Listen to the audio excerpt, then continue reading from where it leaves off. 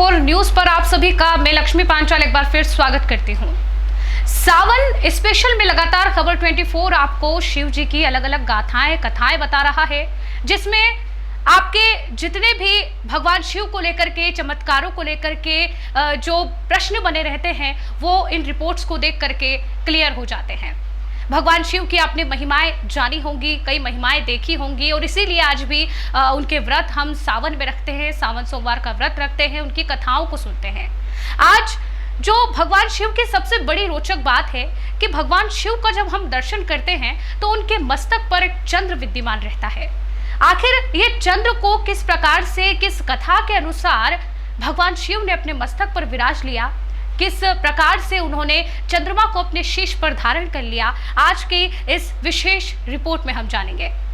देवों के देव कहे जाने वाले भगवान शिव के स्वरूप को हम जब भी देखते हैं तो हमेशा ही उनके शीश पर मां गंगा और चंद्रमा विराजमान दिखते हैं। साथ ही भगवान शिव के गले में सांप, बाघ के छाल के वस्त्र पहने हुए और पूरे शरीर पर भस्म लगाए दिखते हैं।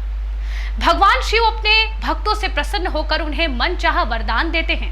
भगवान शिव ने सिर्फ मनुष्यों को ही नहीं बल्कि देव और दैत्यों का भी उद्धार किया है। भगवान शिव और चंद्रमा के बीच साढ़ू का संबंध है। उनके बारे में महर्षि वेदव्यास द्वारा रचित शिव पुराण के श्री रुद्र संहिता में चतुर्थ खंड के 13वें अध्याय दक्ष प्रजापति की 60 पुत्रियों का विवाह में इसका पूरा वर्णन किया गया है। दरअसल भगवान शिव की पत्नी माता सती थी, जो कि राजा दक्ष प्रजापति की पुत्री थी। राजा दक्ष की कुल 60 पुत्रियां थी और जिसमें से राजा दक्ष ने अपनी 10 पुत्रियों का विवाह धर्म से, 13 पुत्रियों का विवाह कश्यप मुनि, 27 पुत्रियों का विवाह चंद्रमा से किया था। 2 का भूता गिरस और कृश्वाश्व, 4 का ताक्ष से किया था। इसके अनुसार पूर्ण रूप से भगवान शिव और चंद्रमा के बीच का संबंध स्पष्ट होता है। भगवान शिव के शीश पर चंद्रमा के विराजमान होने को लेकर एक पौराणिक कथा प्रचलित है, जिसके अनुसार समुद्र मंथन के समय जब विष निकला था तो सृष्टि की रक्षा के लिए भगवान शिव ने उन्हें उस विष को अपने कंठ में समा लिया था, जिसकी वजह से नीलकंठ कहलाए थे। कथा के अनुसार विषपान के प्रभाव से शंकर जी को अत्यधिक गर्म महसूस हो रहा था।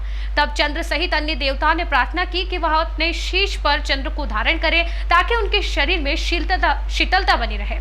श्वेत चंद्रमा को जब शीतल माना जाता है, जो पूरी सृष्टि को शीतलता प्रदान करते हैं। देवताओं के आग्रह पर शिव जी ने चंद्रमा को अपने मस्तक पर धारण कर लिया।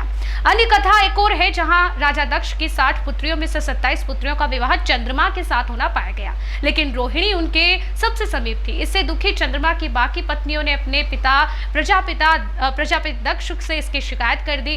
तब दक्ष ने चंद्रमा को रोग से ग्रस्त होने का श्राप दे दिया। इसकी वजह से चंद्रमा की कलाएं क्षीण होती गई। चंद्रमा की परेशानी देखकर नारद जी ने उन्हें भगवान शिव की आराधना करने को कहा। चंद्रमा ने अपनी भक्ति और घोर तपस्या से शिव जी को जल्द ही प्रसन्न कर लिया।